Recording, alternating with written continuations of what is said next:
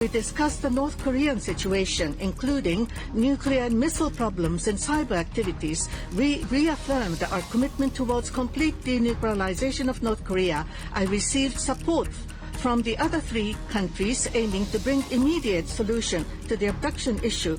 दिल्ली में हुई क्वाड देशों के विदेश मंत्रियों की बैठक में जहां इंडो पैसिफिक, समुद्री सुरक्षा और सप्लाई चेन जैसे मुद्दों पर चर्चा हुई, वहीं जापान के विदेश मंत्री तोशिमित्सु मोटेगी के बयान ने दुनिया का ध्यान उत्तर कोरिया की तरफ खींच लिया। क्वाड के मंच से मोटेगी ने साफ शब्दों में कहा कि उत्तर कोरिया का परमाणु और मिसाइल कार्यक्रम अब सिर्फ क्षेत्रीय नहीं बल्कि वैश्विक चिंता बन चुका है।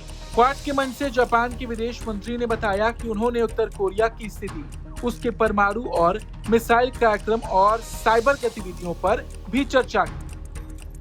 We discussed the North Korean situation, including nuclear and missile problems and cyber activities. We reaffirmed our commitment towards complete denuclearization of North Korea. I received support from the other three countries aiming to bring immediate solution to the abduction issue. Japan के विदेश मंत्री Motegi ने कहा कि quad देशों ने उत्तर Korea के बढ़ते सैन्य खतरों और उसकी साइबर गतिविधियों पर गंभीर चर्चा की।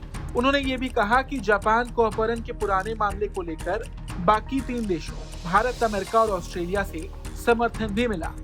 दरअसल जापान लंबे समय से आरोप लगाता रहा है कि उत्तर कोरिया ने उसके कई नागरिकों का अपहरण किया था और अब तक इस मुद्दे का समाधान नहीं हुआ।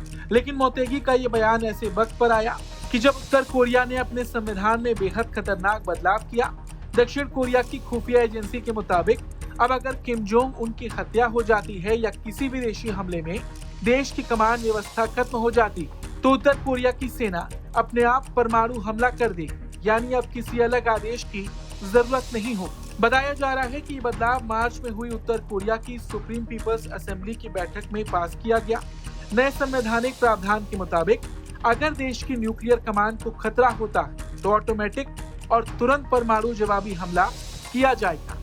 पहले ऐसी नीति सिर्फ रणनीतिक संकेतों तक सीमित मानी जाती थी, लेकिन अब इसे संविधान में शामिल कर आधिकारिक रूप दे दिया गया है। वहीं उत्तर कोरिया की तरफ से हाल के दिनों में सैन्य गतिविधियां भी काफी बढ़ गई। उसने दक्षिण कोरिया सीमा के पास नई लंबी दूरी की आर्टिलरी तैनात करने का ऐलान किया। किम जोंग उन ने हाल ही में एक हथियार फैक्ट्री का दौरा भी किया, जहां नई 155 मिलीमीटर सेल्फ प्रोपेल्ड गन का परीक्षण हुआ था। दावा है कि यह हथियार 60 किलोमीटर से ज्यादा दूरी तक हमला कर सकता है, जिससे सोल और आसपास के इलाके सीधे निशाने पर आ सकते हैं। और ऐसे में क्वाड की बैठक में उत्तर कोरिया को लेकर हुई चर्चा ने ये साफ कर दिया कि अमेरिका, जापान, भारत और ऑस्ट्रेलिया अब इस खतरे को हल्के में नहीं ले रहे। इंडो पैसिफिक में बढ़ते तनाव, परमाणु खतरे और सैन्य गतिविधियों के बीच क्वाड देश अब सुरक्षा सहयोग को और मजबूत करने की दिशा में आगे बढ़ रहे हैं। Bureau report, Bharat.